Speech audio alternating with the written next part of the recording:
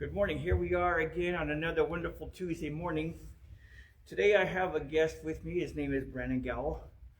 He's been coming here for a couple months, he and his family.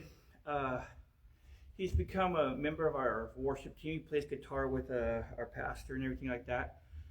Today is actually a Testimony Tuesday. You guys are familiar with how every once in a while I'll have a testimony. The last one was Austin Ray, and I saw many of you got to experience his testimony. I think it's important for people to share their testimony. For one, when you're preparing to share it, you get to reflect back upon what the Lord has gotten you through, especially at times when you were sure there was no way that you were going to get through. Like, how is this going to end? I don't even know.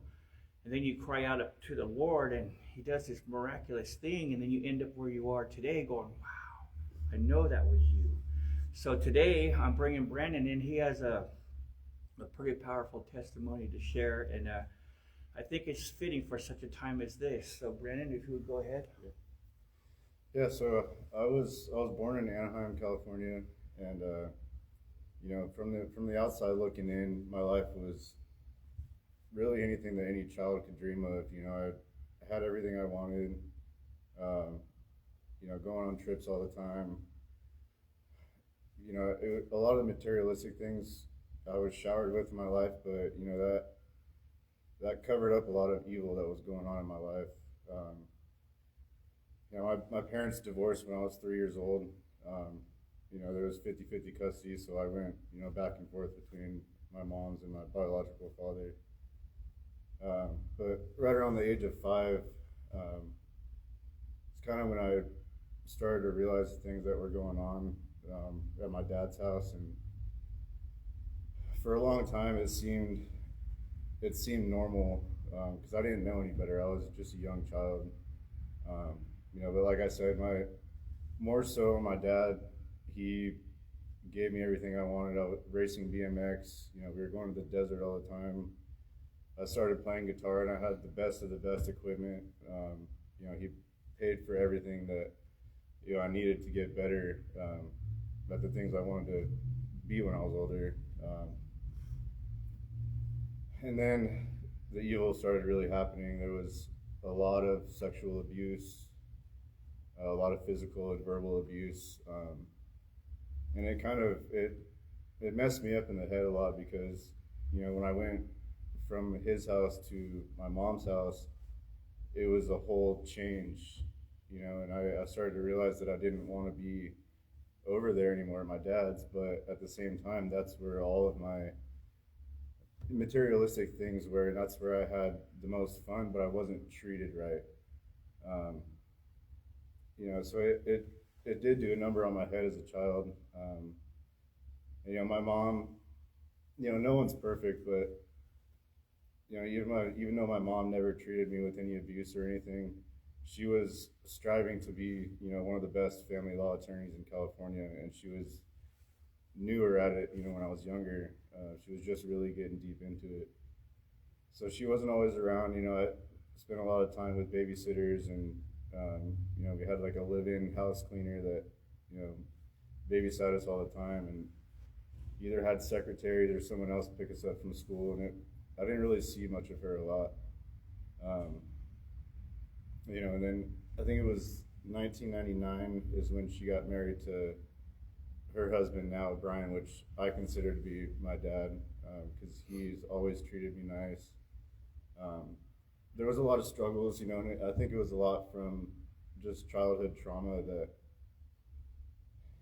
it was rocky relationship with him in the beginning, because I just didn't know what to think of a new man being in the house because I was treated so poorly by my biological father. But as I got older, I started to realize that it's not all men in my life. It's really just one. Fast forward a little bit to my teenage years. As you can imagine, going through stuff like that as a child, I started to take a deep dive into alcohol and drugs at a really young age.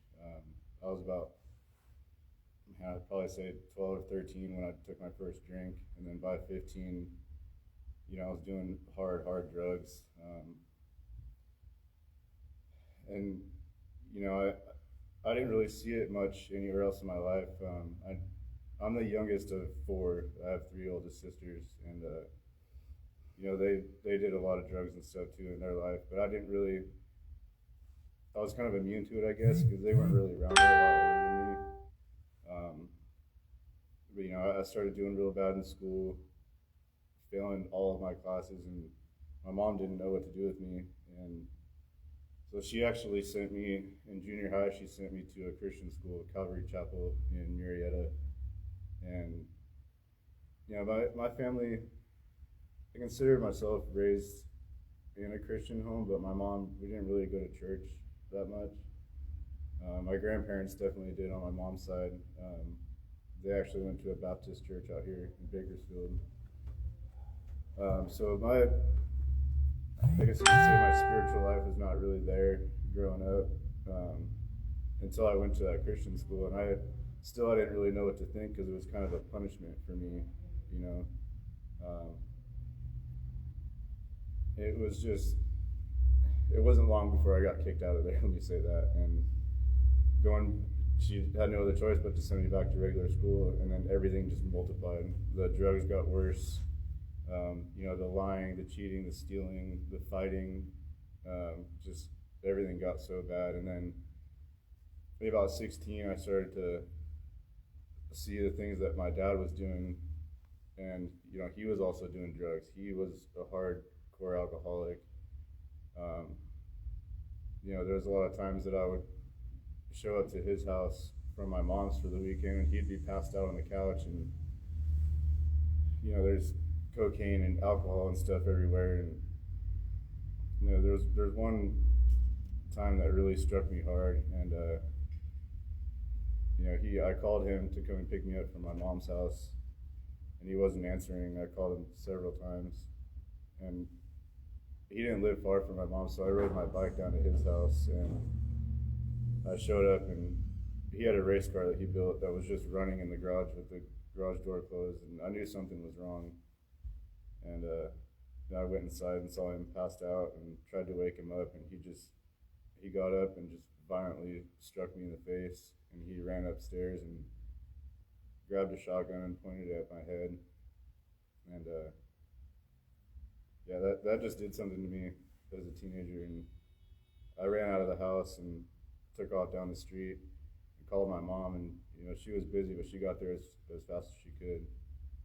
And anyways, long story short on that, it turned into a child endangerment case and a CPS case, and he ended up bailing and moving to Florida for a few years, and I thought I was free from everything once he left the state. And that, I guess he was really obsessive over me, and I think it's because I was his only child.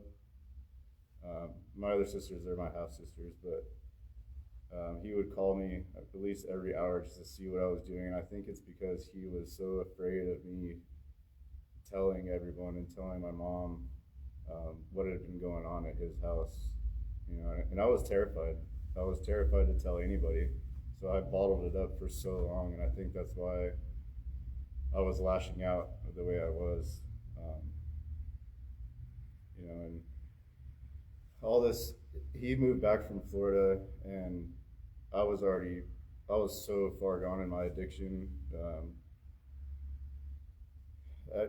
I left high school early. I did get my GED, and I left when I was about 17, and I actually moved up here to Bakersfield to work in the oil fields. And basically, I was so young, I was making way too much money and so deep in my addiction that it was too much money for me. So I spent it all on drugs, and it wasn't long before I ended up in rehab.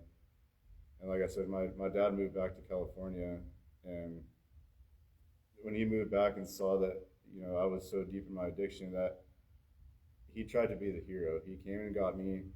He took me to rehab, and I spent 30 days in there and got out. And of course, I met a girl in there, and it wasn't probably 3 weeks till I got out of rehab till I was using again. and that was another chance for my biological father to, say, here, I'm going to be your savior, and I'm going to come and get you. That way I can look at him in a better eye than I have, the previous areas of my life. And yeah, so I moved in with him to try and get clean again. And a month later, me and him are getting high together. And he was using me as I don't know, what would you call that? Kind of a friend instead of a son to go down the path that he was going down. And it just dragged me deeper and deeper. The physical abuse got worse. The sexual abuse got worse. And I didn't know what to do anymore. So I made a Facebook, and I tried to connect with all of my old friends from where I grew up, and I did. And I got a friend request from who's now my wife, and we started talking. It was this, I can't remember what year it was, but I met her in high school in my math class, and we talked for a few months, but then I disappeared on my tangent with drugs, and